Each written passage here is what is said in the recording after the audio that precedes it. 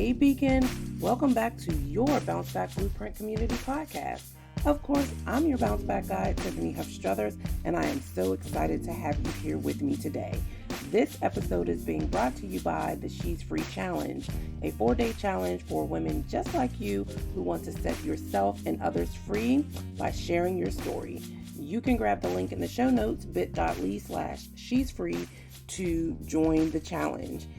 Before we dive into today's episode and I introduce you to our phenomenal guest for day 2 of She's Free Week, I want to share a recent review left on the podcast. It comes from Opulent Jazz and it says, "These messages are always so relatable. How do you know my life? Haha.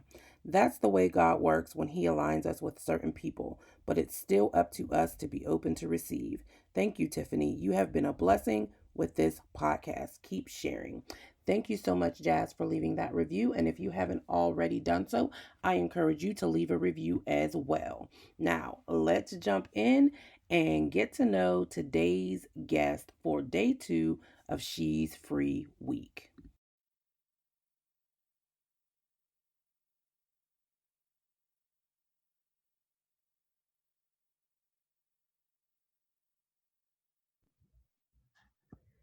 I'm excited to have for day 2 Lisa D. Barnes for the She's Free series. And of course, you all know by now that I think we do the best at introducing ourselves. You can get the full extent of Lisa's official bio in the show notes. But please, Lisa, tell the people who you are beyond the bio. Thank you for having me. I am Lisa D. Barnes. I'm a believer of Christ, a mom, an author. I'm a breast cancer survivor. Woo! Thank you. And I'm simply me. I also love to and thrive off of bringing like-minded women together to grow in Christ, relationships, business, and life. Well, That's all who I right. am. I think that by being here today and being willing to share, you will be able to do all of the above. So we are Thank right you. on point. Now, for those of you who don't know, the She's Free series is all about us hearing from women who have not only set themselves, but set others free by sharing stories of what they thought was the worst setback of their lives. So, Lisa, before we tell the audience about your setback, tell us, who was Lisa prior to the setback? How was life? How were you living your best life at that time? Well, prior to the setback, I had actually just gone through a divorce, but my life was getting back on track. I was in school for my master's degree. Wow. Um, yeah. My children, we were getting our lives on track. They were in school. My youngest son was in, I want to say, pre-K, somewhere in there, and life was looking up. I just purchased a car after not having one, and my goals seemed to be coming into focus. And then one day, things just turned. Wow. So I think it's interesting that you say that things seem to be coming back into focus because it feels like that's what happens, right? In fact, you were recovering from a setback, Yeah, getting back on track, doing what we do as Black women and just, getting life together and taking care of it. taking Yeah. care of it, getting it done, making it happen for ourselves and our children. And then you got a phone call. Or was it a phone Well, call or what? No, let's talk about. So what happened that things took a turn? actually, ever since I had my twins at 17, a doctor said, take care of your body and make sure you do these things. So what I actually did at that time monthly was do self breast exams. And so the Saturday before Valentine's Day in 2012, I did my self breast exam and I found a lump in my right breast that just felt odd. Okay. And I really didn't know what to do. I talked it over with a few people and they didn't know what to do. Trust. So I called my doctor and it began a process of us determining that I had breast cancer. So you called your doctor. Let's walk through that process a little bit. You Hmm. called your doctor, obviously scheduled an appointment, Yes. and you went to the doctors, and what happened? He did his own breast exam and he determined that it was something that needed to be examined further. And the crazy thing is, this is the same doctor who delivered my twins and told me to take care of my body. Wow. And yeah, yeah. And so I appreciate him because he always takes me seriously. You know, he's still my doctor today. Wow. So we went through the process of him sending me to get a mammogram. And from the mammogram, they took me to another room to actually get a sonogram of my breast. And within that same time frame, I believe we went next to a breast MRI. And then I went right back for a biopsy. Like it was clear that I had something going on over the next 2 weeks. So Okay. by March, yeah, from the beginning of February to March, we were heavy in the process of determining that I had breast cancer. Okay. So in March, you found out you had breast cancer, would you say? Yeah, like right at the end of the month because they did the biopsy once. The doctor said he wasn't totally clear on what type, so they went in and they did another biopsy, and then they found out that it clearly was breast cancer. And then by April 18th of 2012, I was having my first surgery. Wow. So over the course of, well, really, in the time that it takes to do a self breast exam, I guess if you're very thorough, it could take you longer. But for me, it takes about 5 minutes. So in Hmm. a matter of 5 minutes, your life began to change. Yes. Yeah. And truthfully, the doctors say you may not know how to do it like a doctor, but you just should be familiar with your breast. And Right. basically that's all I did. I found something that was not familiar, that wasn't there the previous month, and I spoke up about it. And that's important, right? Because so often, Hmm. especially as Black women, we put ourselves to the side. We let things fester. We say we'll Yes. take care of it or we'll make the appointment. But for you, kudos to you for being expeditious and not Thank putting it you. off and taking that action. So end of March, you learn you have breast cancer, and then what happens? I got the call from the nurse, and basically I say this all the time. She says, "Well, are you sitting down?" And I said, "No, I'm standing." And I just want to take that point to say that sometimes when you're entering into something that's difficult, it's about your stance. And Mm, so when she said, "Yeah, it's about the stance you take," and so she said, "Are you sitting?" I said, "No, I'm standing." And she said, "Well, I want to let you know that you have cancer." And I said, "Okay, what do I need to do? Because I need to fight this because I mm, have these children. I just got divorced. I want to just be an example of what it's like to have a good marriage, establish business, do ministry." So I was already in a fight having come out of my divorce, fighting to get my master's degree, which has always been a goal of mine since I was in fifth or sixth grade, and I'm big on achieving your goals, and just doing what you set out to do. right. So that was it. Like I was just ready to fight it. And so we sat down and we came up with a plan. I seen multiple doctors initially, an oncologist, a breast surgeon, and a breast doctor, three different doctors, including my PCP was in a loop a little. Wow. Okay. So you come up with a plan, and how what's the timeline for the plan at that point? A matter of weeks. I want to say I got the call maybe the third, fourth week of March, and within 2 weeks, we had a plan to go straight to surgery Mhm. on April 18th. It was just to get the cancer out because they couldn't fully tell um, the type. We knew what the size, but they couldn't tell the type. And throughout this process, I also had to get gene tested. because that's another thing that people miss. When you get a gene test, you can tell if it's in your family or not. Mm-hmm. And so I actually went and got gene tested and learned that my breast cancer derived from a gene called the BRCA gene. And so, or BRCA1, but we just generally refer to it as BRCA. And so they were just trying to, because it was weird to them. They were like, we really don't fully know what's going on. We know it's cancer, it's in your blood. So let's pull it out so that we can dissect it. So we pulled it out, and I had what's called a lumpectomy, basically the first time.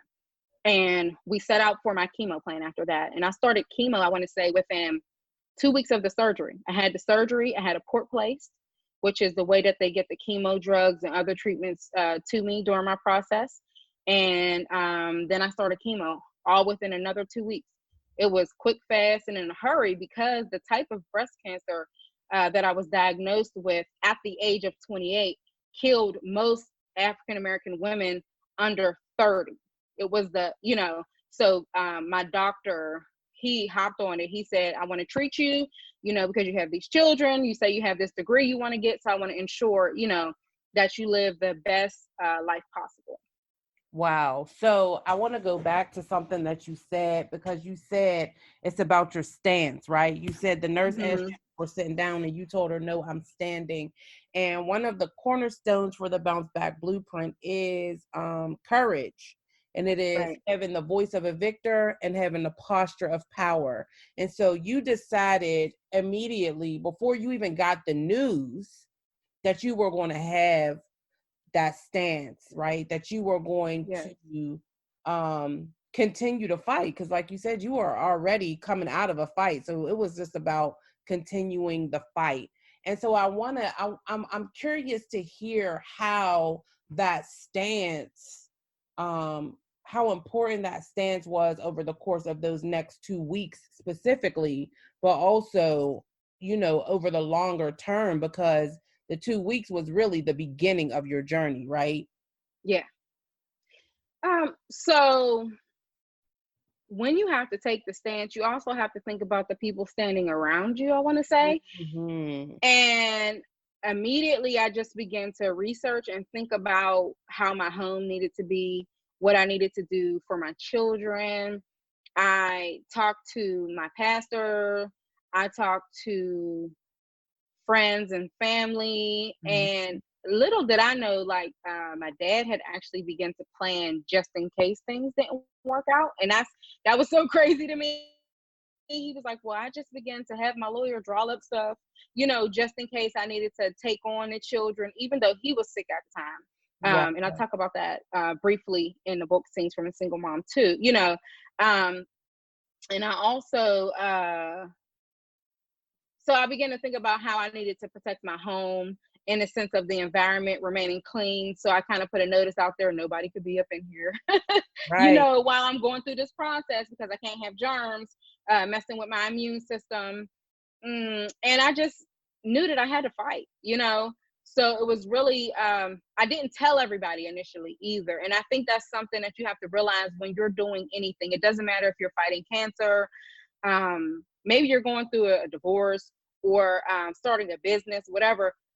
Your stance has to be that I'm not letting everybody in this, because I have to cover it, because I know I'm going somewhere, whether it's to be healthy or you know. And so that's the stance I took so that I can get forward and get healed. I know that, right? And of So course, prayer. Yeah. yeah, I mean, what is a stance for fighting if there is no prayer at the foundation, right? Mm-hmm. Come on. You might just be fighting in vain, right? Like Right. you got to have that. That's part of your armor when you take that stance. So all in all of the journey from getting your surgery to getting your chemo to getting, I guess, the diagnosis that you were in remission. Mm-hmm. How long was that journey? I want to say it was 6 months. Let me see. mm,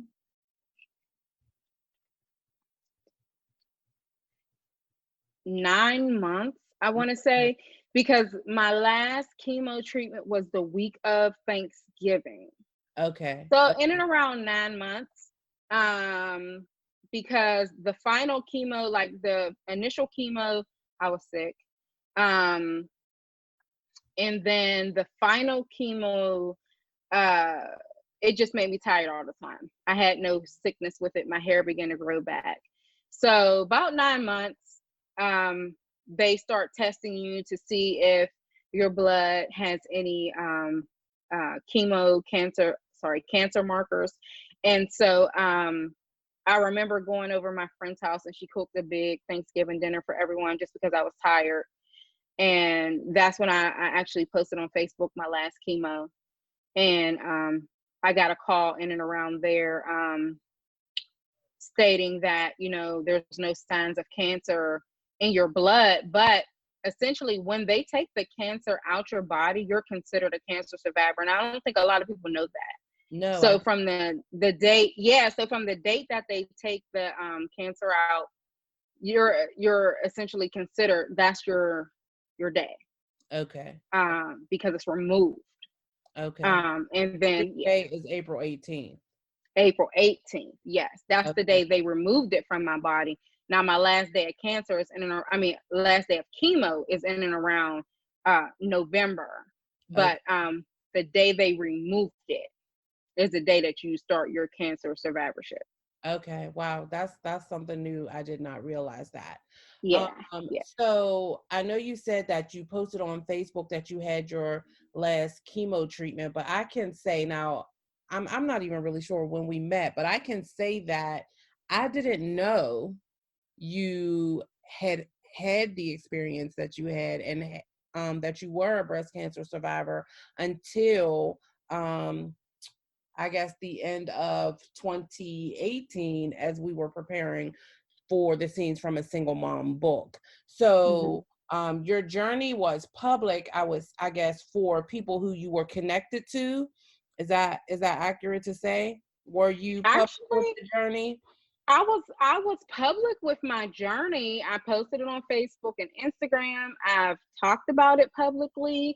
The thing is, I did not wallow in my journey. And I think sometimes when people go through stuff and they wallow in it, they get more of the public outcry or support. Right. I was very much so grateful in my journey. I actually had some people around me during my journey who are no longer around me now, who wallowed in my journey more than me. For you. Yeah, no, for themselves. And so I had to, after while I was in my process, I tried not to argue a lot, or, and everything. But once I stepped out of my process, I let those people go. Okay. So, I grateful to have my life, grateful to be able to raise my children. Even though I was sick and I had times where I cried and I was frustrated, and I asked the Lord why he had me go through this after just leaving an abusive marriage, trying to get my money right and not having money during this process. I did not cry and whine about it. I looked on the side of gratitude. Okay.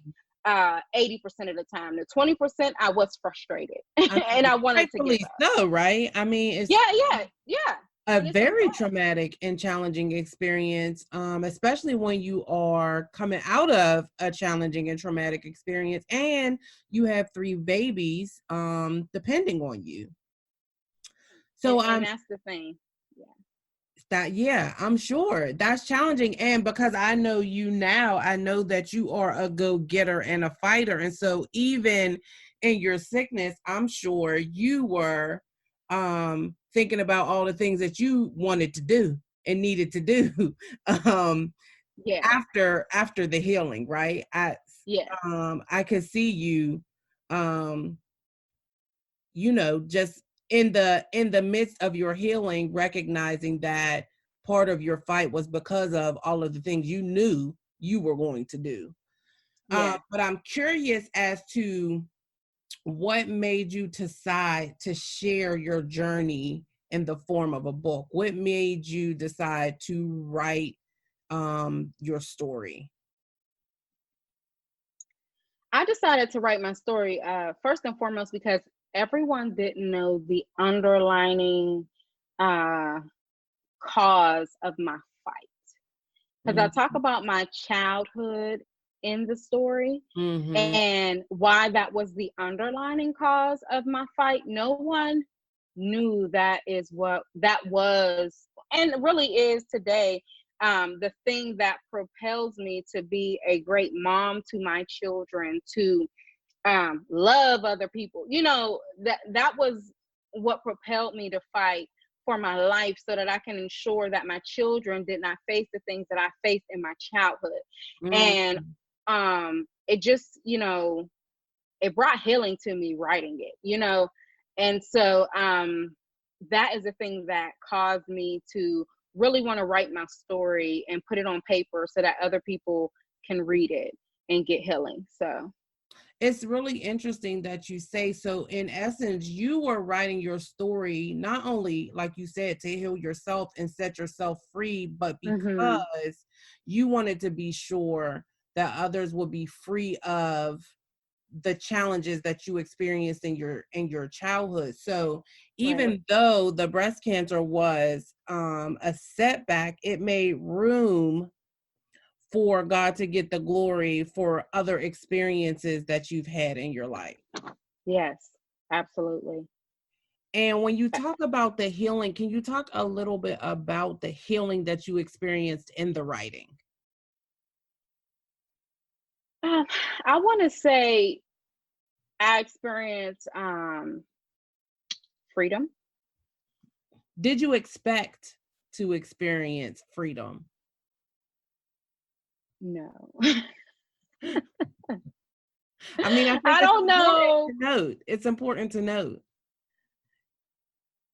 I don't know what I really expected. Because let me be real, there was bondage before freedom came because Mm, folks was not happy that I wrote it. And I don't think there are some people who still aren't happy. Maybe they don't fully understand. I know someone said something like, I would never throw my family under the bus to publish a book. Like, let's be real. Things happen. People feel the way they feel. And so there was a level of bondage and frustration that took place in my family. Um, but after I just kept walking. Let me say that. I just kept walking, knowing that I shared my story. But my children were able to get a level of understanding of me. Um, Generational curses, let's talk about that, and why I operate the way I operate. So therein lies the level of freedom that began to surface. and the Um, levels, let's talk about that. Like you said, your yeah, family, so it was a generation before you. It was freedom for you. And then it was also, like you said, freedom for your children. That's three generations. yes. And it was cause for conversation Yeah. amongst people. And then I got like phone calls like, well, because the family, I hadn't been around them in years, but I went around the family and, where the abuse occurred. And nobody knew why I hadn't been around them in maybe 16 years at that point, because I went around for my grandmother's funeral, then I wasn't around. Right. And my sister actually told them. I didn't say anything to them. And I got a call from one of my aunts like, yeah, your sister told me why you haven't been around. We need to discuss this later, but we never discussed it. It was just like my aunt now had an understanding Right. of why I hadn't been around. And my grandfather, when he seen me, he cried. You understand what I'm saying? So it was Yeah. like It was that good. breaking through. Yes. Mhm. It was that breaking through. And that is in your immediate family. That doesn't even speak to the number of people who have read this book and read your story and who are also getting the freedom and being able Correct. to break through the bondage. So you said freedom was one part of your healing. Was there something else that came out of the actual writing experience? I would say I enjoyed the experience of writing with you and the other ladies. There's something about a collective community of people Yes. writing together and gaining breakthrough. Yes. And the experience was seamless. I often say I wrote my first book, that was bumpy. This second book right here was a smooth transition for me. And I enjoyed everything, the editing process, the talking process, going up and having the writing retreat. That was good. It was healing and soothing for the soul. And then the connections afterwards. Yeah. I don't think that people realize that need for community when Mhm. you're doing something and talking about things that you have gone through. You may not remain connected with everyone, but you may get a few people who are your persons for a while, you know. Right. And Yeah. so I think it's very important that processes like this take place when you're talking about trauma, you Yes. know. Yes. So I really enjoyed that. And then Sheree, when she talked about how I acted, like when we did the book launch, and she was Yeah. like, "Yeah, Lisa came and she didn't say anything to me, but initially, but then she was one of the people who impacted me." Hearing that stuff is important for my growth, Yes. because you don't often know whose life you're impacting, because people don't always tell you.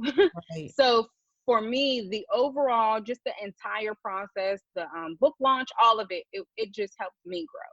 Yes. And I think that is part of why it's so important for us to recognize the power of our stories, right? Because that story Hmm. Maria told at the book launch wasn't necessarily related to her story in the book, but it was still part of her experience, right?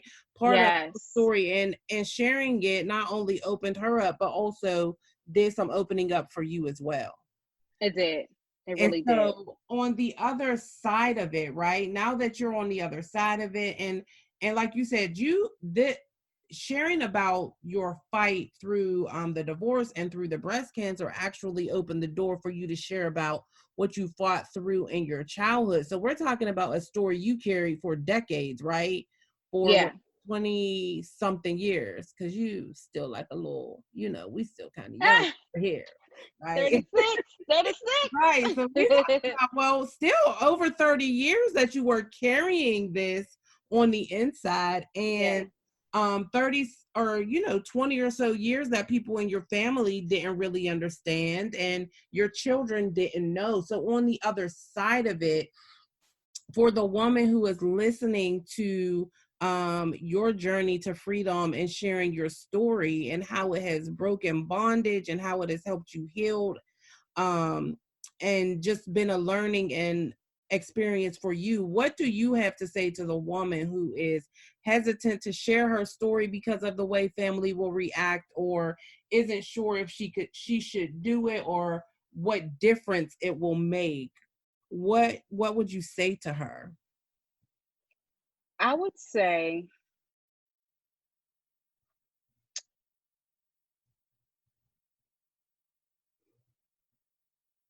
when you share your story, it brings healing to you first, um, and then to others.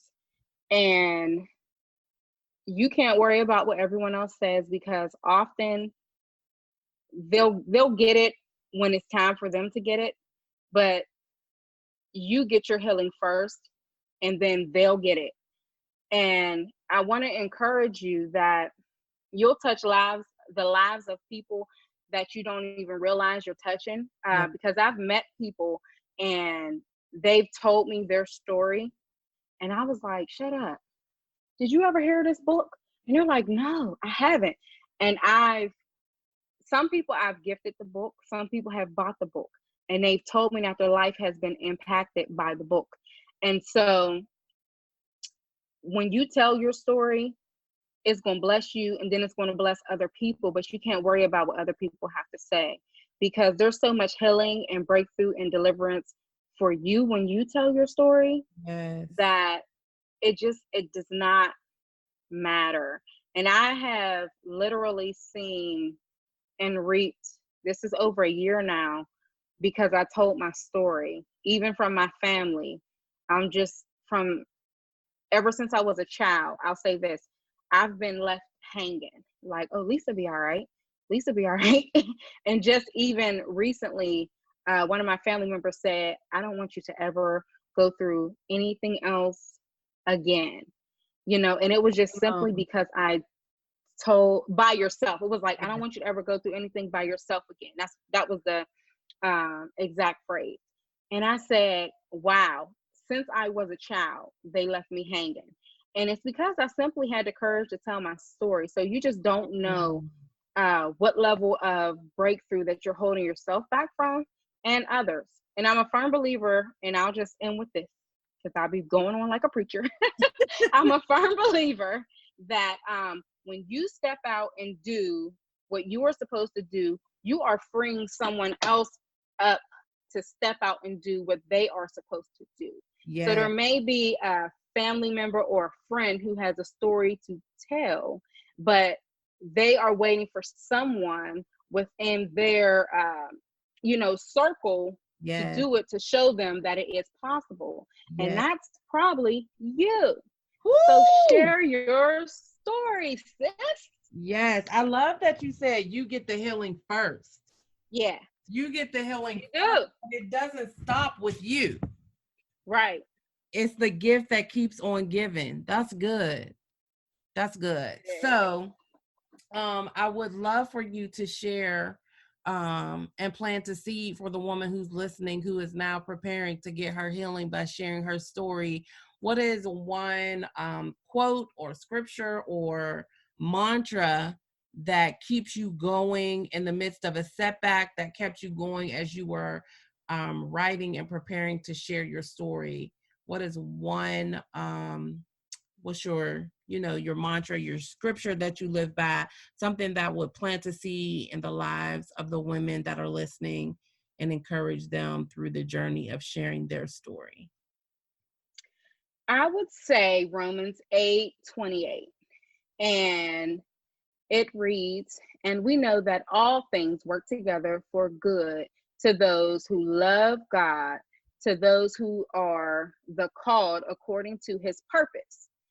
And I will say that because we all go through all types of stuff, but in the end, we realize how it works together for our good, for our growth, and for us to have a greater level of understanding, to not only for it to impact our lives, but the lives of others and our children. And we wind up coming out so just blessed on the other end. Yeah. I have, in my story, I'm now 8 years breast cancer free. My children are blessed. My twins are now high school graduates. Yes. And my youngest son, he is now a 7th grader. So all things have truly worked together for my good. And not only that, tell the people, after you told your story, what else God has given you the vision to create and to do. Go ahead, sing your own praises. Oh, what you mean, recently? Yes. Oh. So recently, I have a prayer journal that I just developed, and it's called She's a Praya. Praya, y'all. Praya. Play off of he's a player from the Himalayas. But that's how we joke about it. But it's just it's a 90-day prayer journal, and it's full of just powerful thoughts and just giving thanks to the Lord. And it's the way I was able to process through those hard times when I was going through breast cancer, being a teen mom, going through a divorce. And essentially it's just daily times of devotion and prayer with the Lord. And there's some thoughts in there. There are just a music tracker in there where you can just track those praise and worship songs that help you get through hard times. Yeah, you write them in there in the back.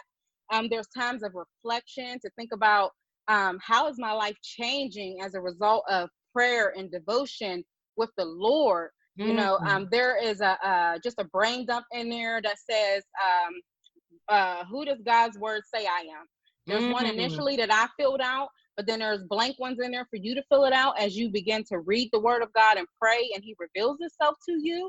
Yeah. And it's the latest thing that has come up out of this current pandemic or pandemics that we are facing, that God has revealed to me. Yes. And I have something else coming out this month. I'm not going to spill the beans. You don't have to I'll spill tell the you in a beans, minute. but what you can do is tell the people where they can find you in these internet streets. I will be sure to put the link for She's A Praya journal in the show notes. But if people want to follow you so that they can find out what's coming, let them know where they can find you. So you can go to my website, Lisa D. Barnes, and that's BARNES.com. And everything is there. The prayer journal. I have some t-shirts on there. You can find everything out about me there. You can also find me on social media at Lisa D. Barnes, at She's A Praya. That's on Facebook and Instagram and Twitter. All right. I'll make sure that all of the above are in the show notes so that the people can get connected to you, so that the people can become prayers if they are not already. Yes. Get their copy of the book. And I just want to thank you, Lisa, for taking your time to bless us with your journey and for sharing your experience with becoming free. And I pray that the women who are listening will take the next step to begin to be free as well by sharing their story. So you have a fabulous afternoon. You too. Thank you. Thank you. Well, there you have it. It's about your stance. And don't forget what Lisa said. You get the healing first when you decide to set yourself and others free by sharing your story. And so I want to once again invite you to do just that. Join us beginning Monday, June 22nd for She's Free Challenge. You can grab the link in the show notes. It's bit.ly/She's Free. Your future self will thank you. And of course, don't forget, leave a review, drop a rating. When you do, someone else is blessed by being able to find this podcast, and you are creating the ripple effect for other beacons just like you to step up and step out and be and do and have all that God has called you to.